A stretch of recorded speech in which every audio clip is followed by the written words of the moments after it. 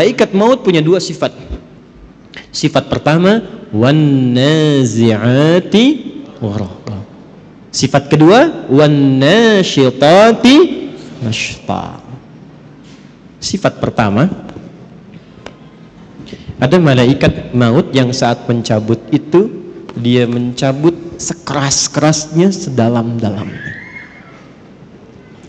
Gini, ini ada duri agak panjang masuk ke dalam tubuh, dalam daging, tapi posisinya bukan vertikal begini, posisinya horizontal begini, terus dipaksa dicabut begini.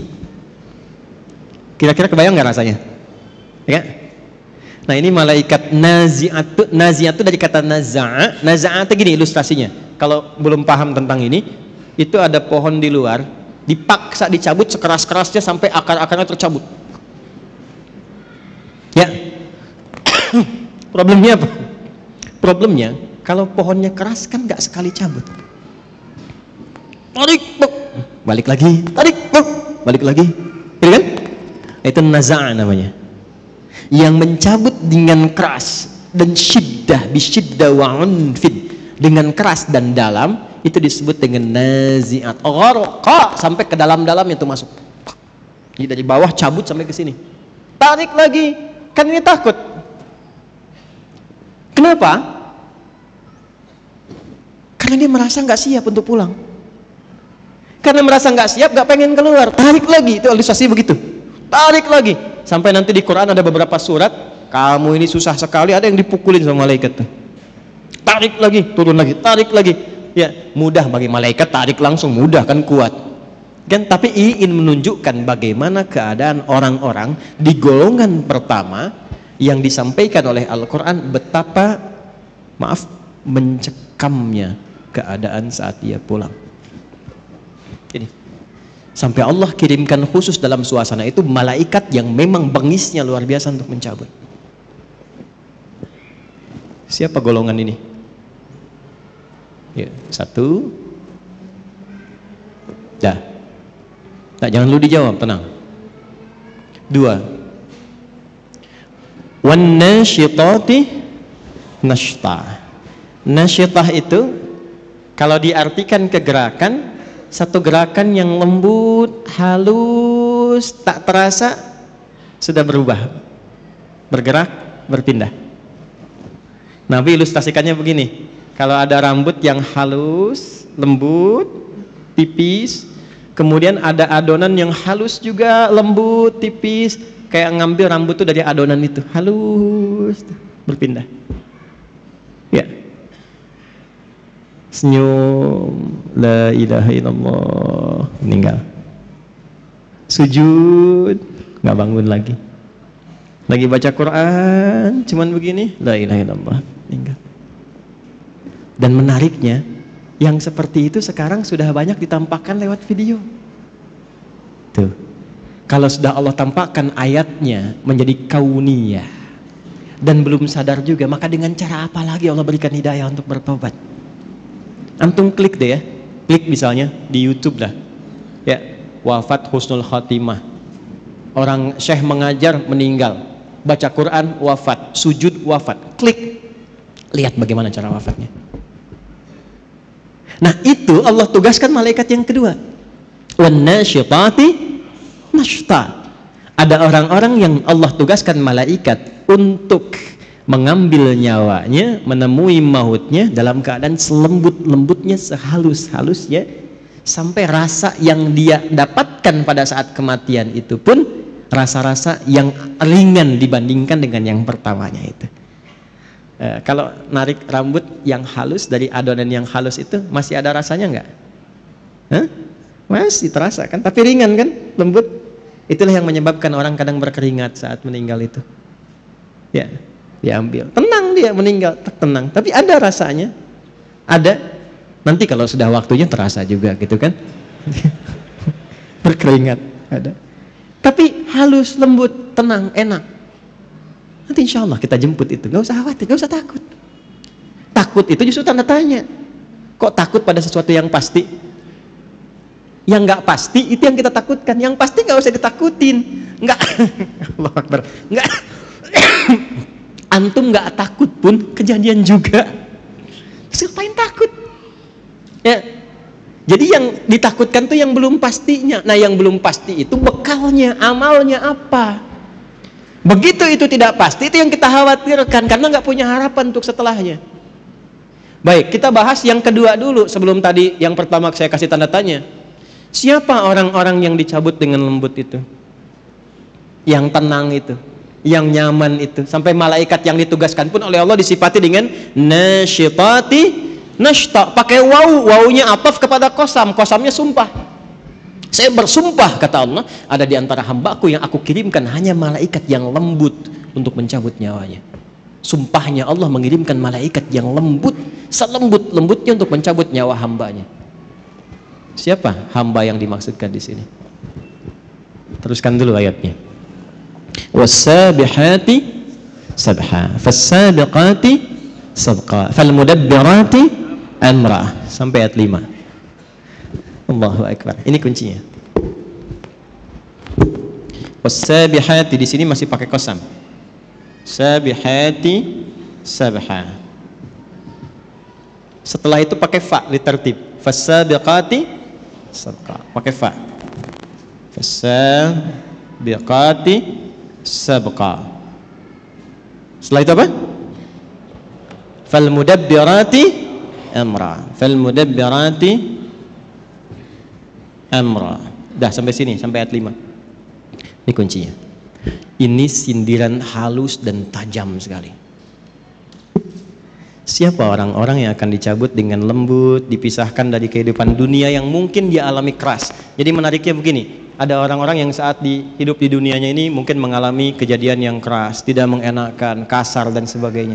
Tapi ketika meninggal lembut sekali, halus, dan bahkan viral dia di alam langit. Bagaimana orang-orang ini kemuliaannya? Allah contohkan lewat tugasnya malaikat. Selain yang mencabut nyawa dengan 2 sifat ini, kata Allah, aku tugaskan juga dengan 3 tipikal pokok malaikat. Nah, 3 inilah sebetulnya sebagai isyarat karakter amal untuk kita demi menjemput kematian yang husnul khatimah. Sabihati sabha, aku bersumpah, aku juga siapkan malaikat yang tugasnya hanya bertasbih saja, dengan cepat, dengan indah, dengan kuat. Oke, pelan-pelan. Teman-teman masih ingat gak waktu saya sampaikan tadi dibuka di awal mukaddimah? Ibadah itu ada yang sifatnya apa yang pertama? Ritual. Nah, ritual ini digambarkan di Qur'annya dengan kata-kata tasbih. Tasbih. Ibadah dalam bentuk ritual itu digambarkan di Al-Qur'annya dalam bentuk apa? Tasbih. Nah, menariknya apa? Semua alam ini diciptakan oleh Allah itu untuk bertasbih. Buka Quran surah 17 ayat ke-44. Quran surah 17 Al-Isra ayat 44. Dan tempatnya pun di surah ke-17 Al-Isra. 17 rakaat. Peristiwa Isra. Isra kan peristiwa yang didapatkan dari Isra dan Mi'raj itu kan salat kan? Nah, salat itu teman-teman sekalian itu gambaran tasbih untuk kita. Malaikat juga bertasbih. Tusabbihu lahu as-samawati as-sab'u wal ardu wa man fihin. Ada? Hah? Wa in min syai'in, terus tuh, dapat. Walakin la tafqahuna tasbihahu. Tusabbihu lahu as-samawati as-sab'u. Semua yang ada di alam langit bertasbih kepada Allah. Wal ard, dan yang di bumi bertasbih. Kalau antum baca tafsirnya, ini misal yang banyak didapatkan tafsir Ibnu Katsir misalnya, yang agak banyak riwayat di situ. Itu ngambilnya dari tafsir Ibnu Jarir At-Tabari. Ibnu Katsir banyak ngambil dari situ. Yang tafsir riwayat ya. Kalau yang mau pendek-pendek Jalalain, Tanwirul Mikbas itu pendek-pendek. Kalau mau ngambil tafsir riwayat tentang ayat ini, silahkan lihat. Itu akan mengambil satu riwayat di Mu'jam At-Tabrani, riwayat dari Abdurrahman bin Qutr. Ya, Abdurrahman bin Qutr ini meriwayatkan satu hal saat peristiwa Isra'nya Nabi sallallahu alaihi wasallam. Jadi begitu Nabi akan siap diberangkatkan antara Zamzam dan Maqam. Jadi ada makam Ibrahim, ada Zam-Zam, di antaranya itu ya dekat itu disiapkan berangkat dari mulai ke Masjidil Aqsa, naik kemudian ke langit. Itu apa komentar Nabi setelah turun? Saya mendengar malaikat semua bertasbih, bersahut-sahutan bertasbih pada Allah Subhanahu wa taala alam langit. Ya. Kalau Anda baca riwayatnya setelah itu di tafsirnya, teruskan tafsirnya sampai ke bawah, Anda akan temukan Allahu Akbar. Ini babnya iman ya, maaf, babnya iman. Pembuktiannya saat sakaratul maut. Kenapa Anda, saya, kita sering mendengar kalau makan itu sampai akhirnya? Mungkin di situ ada berkahnya. Pernah dengar? Ya kan? Karena setiap makanan dan minuman yang kita makan dan minum, itu sekalipun kita konsumsi, dia masih bertasbih kepada Allah Subhanahu wa taala. Riwayatnya ada. Baca tafsirnya. Ini bukan saya pribadi, bukan. Ngaji tafsirnya, lihat.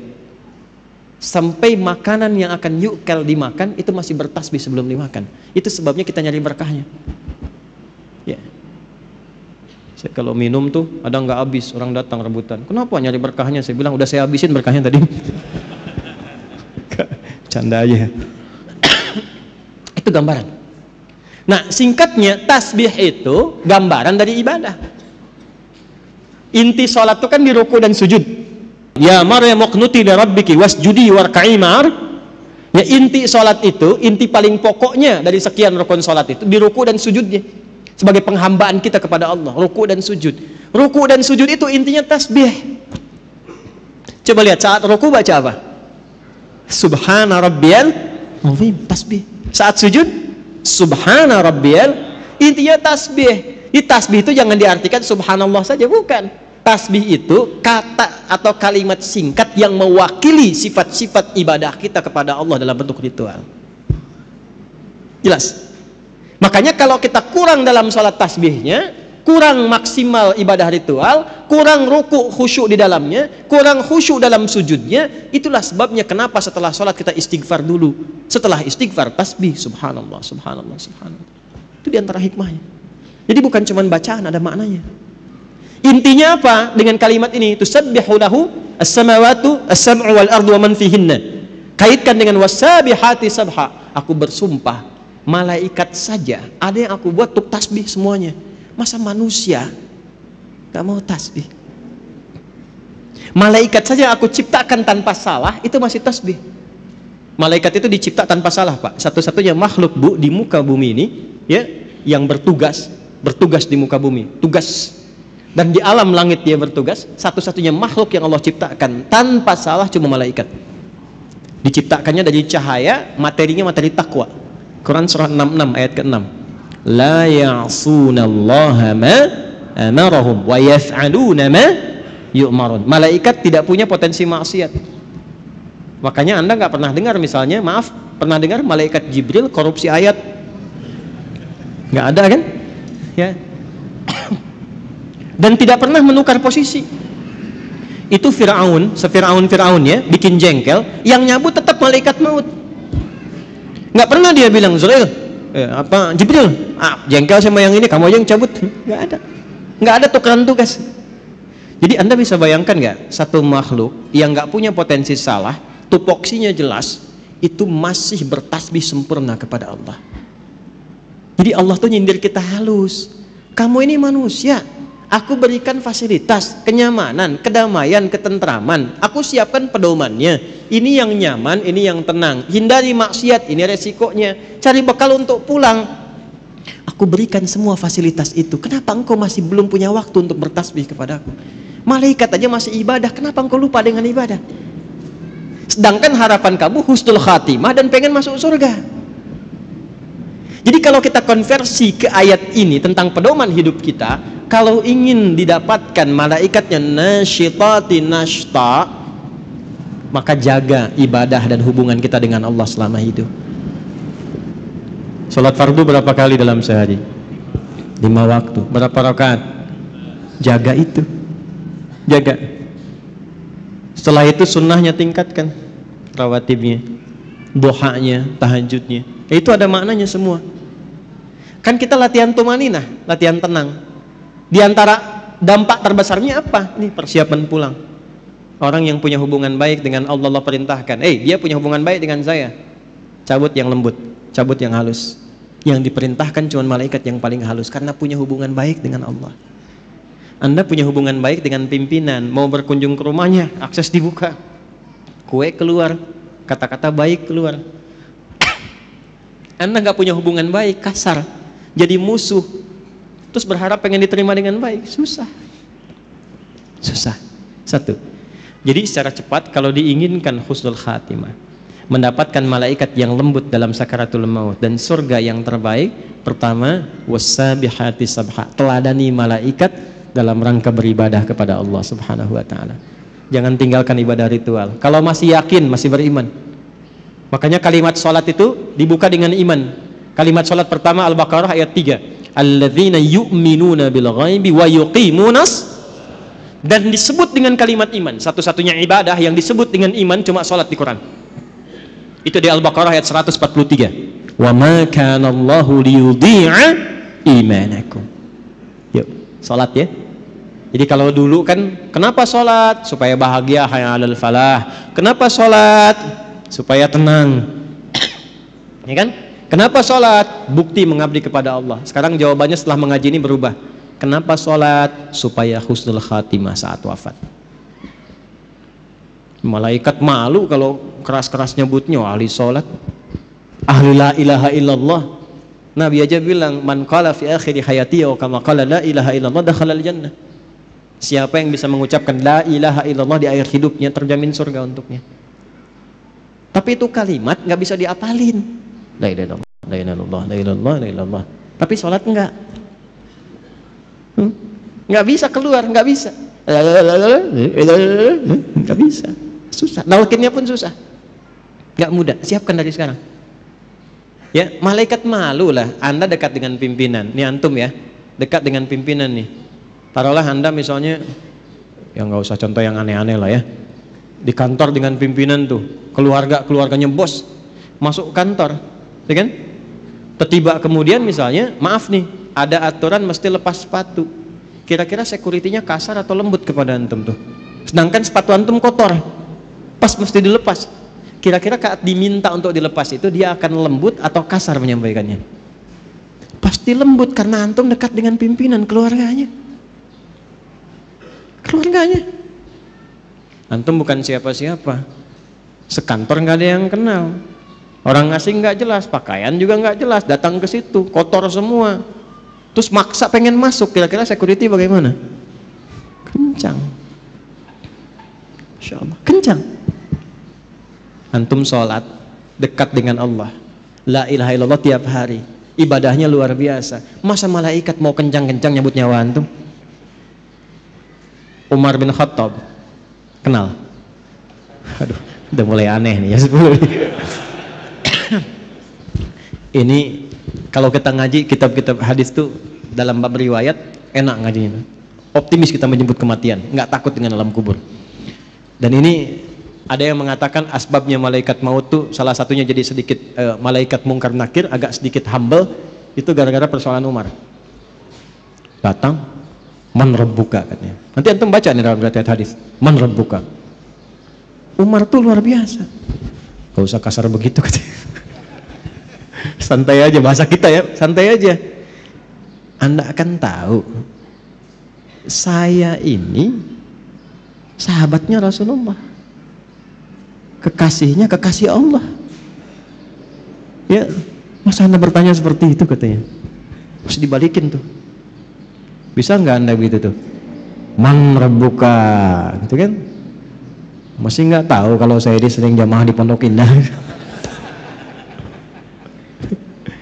Enggak, ini cuma gambaran saja. Kadang-kadang ulama-ulama itu kalau mau guyon itu ngambil-ngambil tuh seperti itu. Tapi memang teks-teks yang kita dapatkan itu yang Allah berikan kelembutan dalam setiap alam.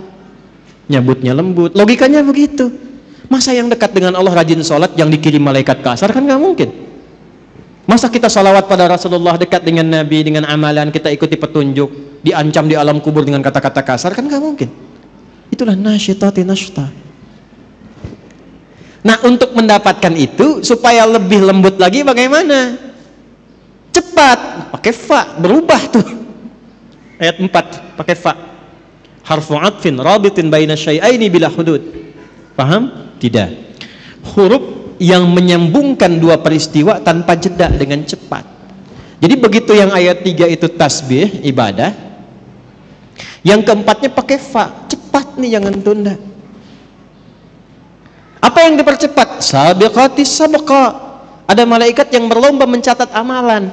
Nih yang dicatat tuh siapa amalannya? Kan nggak mungkin malaikat catat amalan sendiri. Malaikat turun ke bumi catat amalannya sendiri, nggak mungkin. Ini tanda dari Allah. Ada malaikat yang lomba-lomba cepat-cepat. Ngapain cepat-cepat? Mencatat amal hamba. Siapa yang dicatat itu? Dalilnya mana untuk menegaskan ini? Al-Baqarah ayat 148. Ketemu kalimat sabaknya. Quran surah 2 ayat 148. Walikulli wijhatun huwa muwalliha. Sama dengan fa di sini, fa di sana. Fastabiqul khairat. Fastabiqul khairat. Tuh. Tuh. Kencengin tuh. Ini maksudnya. Kencengin. Optimis kita. Di sini fasabiqatus sabqa, ya, fasabiqatis sabqa, di sini fastabiqul khairat. Walikulli wijhatun huwa muwalliha. Setiap hamba yang ibadah itu pasti punya kecenderungan fokus pada ibadah tertentu. Contoh, ada yang senang tahajud, belum konsisten puasa sunnah. Tahajud rutin tiap malam, tapi Senin Kamis belum puasa. Ada yang puasa Senin Kamis tapi tahajud belum, ya kan? Ada yang sudah sholat puasa Daud, bahkan sholat Daud nggak ada. Ya, puasa Daud yang ada ya. Senin puasa, Selasa tidak, Rabu puasa, Kamis sholat Daud nggak ada. Subuh sholat, duhur tidak, asar sholat, maghrib, nah itu nggak ada. Ya. Ini sudah puasa Daud, tapi tilawah Quran belum. Quran juga unik, ada yang senang baca tapi belum menghafal. Ada yang senang hafal tapi nggak tahu arti.